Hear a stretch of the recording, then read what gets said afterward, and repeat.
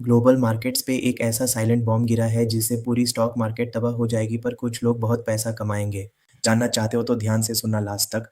30 साल की US bond yield just hit 5%, which means कि यूएस सरकार कर्जा लेने के लिए दे रही है एक्स्ट्रा ब्याज। अब इसे एक चीज़ कंफर्म्ड होगी, पैसा स्टॉक मार्केट से निकाल कर बॉन्ड मार्केट में जाएगा। क्योंकि अगर आपको स्टॉक मार्केट में विद रिस्क मिल रहा है 12 से 13% रिटर्न, और वहीं बॉन्ड मार्केट में गारंटीड विदाउट रिस्क मिल रहा है 5% रिटर्न, तो हिस्टोरिकली पैसा हमेशा फ्लो किया है from stocks to bonds. Also ये 5% यील्ड तो अभी है। मार्केट 3 बड़े इंडिकेटर दे रही है कि ये यील्ड 5 से तो बहुत ऊपर जाएगी। पहला indicator excessive inflation. Thanks to Iran war inflation बढ़े ही जा रही है। वर्स इन्फ्लेशन को मैनेज करने के लिए यूएसए बॉन्ड्स पे यील्ड घटा ही नहीं सकती और ये 5% से तो ऊपर ही जाएगा। दूसरा indicator foreign creditors selling bonds. सारे फॉरेन क्रेडिटर्स यूएस सरकार के ट्रेजरी बॉन्ड्स बेच रही है, and just to keep foreign creditors on the table US government has to offer them higher interest rate. मतलब ये इंटरेस्ट रेट नीचे तो नहीं जाएगा। तीसरा indicator excessive debt, most importantly excessive debt. US पे फिलहाल कर्जा है $40 ट्रिलियन, जिसका 1 साल का इंटरेस्ट ही लगभग पाकिस्तान की जीडीपी का डबल है। फर्दर अभी तक जो मैंने बताया ये तो सिर्फ पुल फैक्टर्स थे to pull money away from stock market into the bond markets.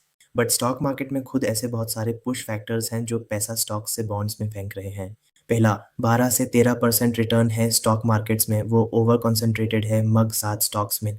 अगर आप इन एआई कंपनीज के रिटर्न्स हटा दो तो 12-13% छोड़ो, स्टॉक मार्केट इन्फ्लेशन को भी बीट नहीं कर रही। दूसरा, ये जो मग 7 स्टॉक्स हैं ये खुद बहुत ओवर डिपेंडेंट हैं एनवीडिया की अर्निंग्स पे। एनवीडिया अगर अपनी एक अर्निंग्स कॉल मिस कर दे तो ये पूरी स्टॉक मार्केट ताश के पट्टुन की तरह ढह जाएगी। अब आप कहोगे अविनाश ट्यून आंख तो पूरी फाड़ दी, अब ये भी बता दे इसमें पैसा कहाँ बनेगा। वेल उसका आंसर हिस्ट्री में है। Last time things were this bad for US economy were in the 1970 के दशक में। Similar crude oil crisis global economy ने सहा था थैंक्स टू 1973 का ऑयल एम्बार्गो एंड 1979 की ईरानियन रेवोल्यूशन।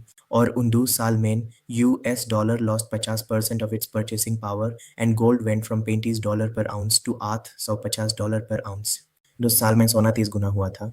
दूसरा आज का सोना विच इज़ बिटकॉइन। 2027 में बिटकॉइन माइनिंग की 4 साल की साइकिल हिट होगी, and if historical trends are to be believed this 4 साल की cycle always leads to bitcoin. But ये पूरा स्टॉक मार्केट कोलैप्स करेगा कब? रील का टाइम पूरा हो रहा है, सो वो मैं बताऊंगा। अगर इस रील पे 20,000 शेयर आ जाते हैं तो फटाफट कर दो।